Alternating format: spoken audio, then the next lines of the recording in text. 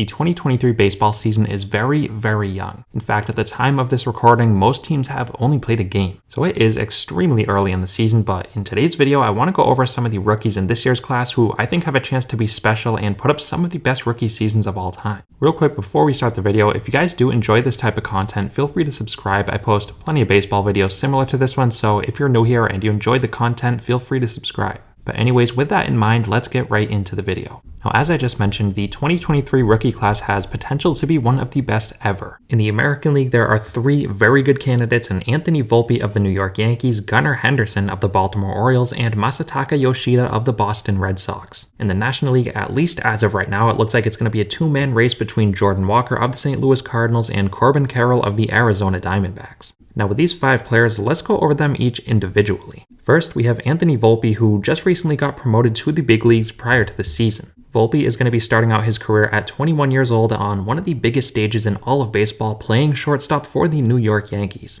And while he's obviously young, I think he's going to thrive in this role and accept the challenge and have a very good rookie season. Last year, in 132 games between AA and AAA, Volpe hit .249 with 21 home runs and 50 stolen bases. And Volpe is very talented. He's going to be hitting in a pretty good lineup. Yes, he's starting out the year at the bottom of the lineup, but I think he will eventually work his way up, and I think he could put up a 15 to 20 home run rookie season, all while stealing close to 40, maybe even 50 bases, just like he did in the minor leagues. Next, let's look at Gunnar Henderson. Henderson is a 21-year-old infielder who did get a cup of coffee in the major leagues last year, but I want to look at his minor league numbers for a bigger sample size. Last year, in 112 games between AA and AAA, Henderson hit .297 with 19 home runs and 22 stolen bases. And this year, I think Henderson has the talent to put up a 2020 season as a rookie. He is going to be hitting in a pretty talented lineup in Baltimore, and the one advantage he does have over Anthony Volpe at this point is the fact that he is going to be hitting more towards the top of the lineup, which will give him more RBI opportunities and just a lot more protection. So Henderson, very, very talented rookie. I'm not quite as high as him as I am on Volpe, but I still think he's going to have a great rookie season. Now, let's talk about Masataka Yoshida. Yoshida is a little different than all of these other rookies in the sense that he's 29 years old. But that doesn't mean he's not a talented rookie. In fact, I think he's the most pure hitter of this rookie class. Last year in Japan, in 121 games, Yoshida hit .336 with 21 home runs. And he also showed out for Team Japan in the World Baseball Classic. He looks like he can perform under the pressure, and this year he's my American League Rookie of the Year pick. He fits very well at the top of the Red Sox order, and I think he's going to continue to play very well in the major leagues, and I think he has potential to maybe even win the batting title this year. I think he's that talented. Shifting things over to the National League, let's start with Corbin Carroll. Carroll is a 22-year-old rookie who, similar to Gunnar Henderson, got a couple games last year in the major leagues. But I want to go over his ridiculous numbers last year in the minor leagues, as in 93 games between AA and AAA, he hit .307 with 24 home runs and 31 stolen bases. Now those numbers are very good as it is, but as I mentioned, those were in only 93 games. That is just unheard of. And I believe to start out the year at least, Carroll is going to be hitting towards the bottom half of the Diamondbacks lineup, but obviously as the season goes on, I think he's going to prove himself and move his way up the lineup.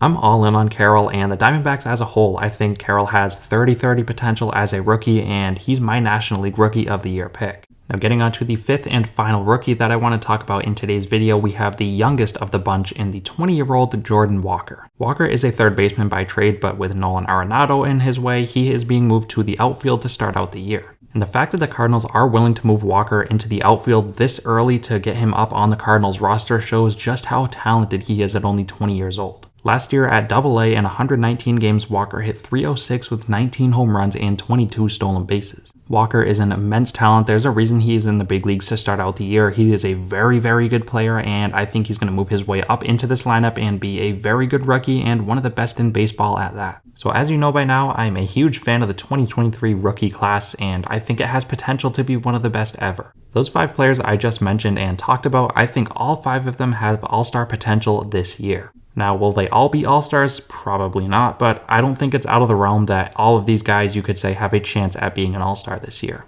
And even outside of these five players we talked about today, there are still some other really talented rookies in Miguel Vargas, Tristan Casas, Hunter Brown, Ezequiel Tovar, and of course Grayson Rodriguez. I also want to mention last year's rookie class because they were really talented too. They had some players like Julio Rodriguez, Michael Harris, Spencer Strider, Adley Rutschman, Stephen Kwan, and Bobby Witt Jr. So it is going to take a lot from this year's rookie class to even be better than last year's, because last year's was special as well. But I think this rookie class has the potential to be better than last year's. Maybe they will, maybe they won't, but I'm all in on this year's rookie class, and I think it is going to be one of the best ever. Alright, so that's going to wrap today's video up. A little bit of a different video here. I don't typically do these sort of videos. I was probably all over the place with this one, but I just really wanted to talk about this year's rookie class because I think it is really good, like I've said 100 times in this video already. But anyways, thank you guys so much for watching, and I'll see you next time.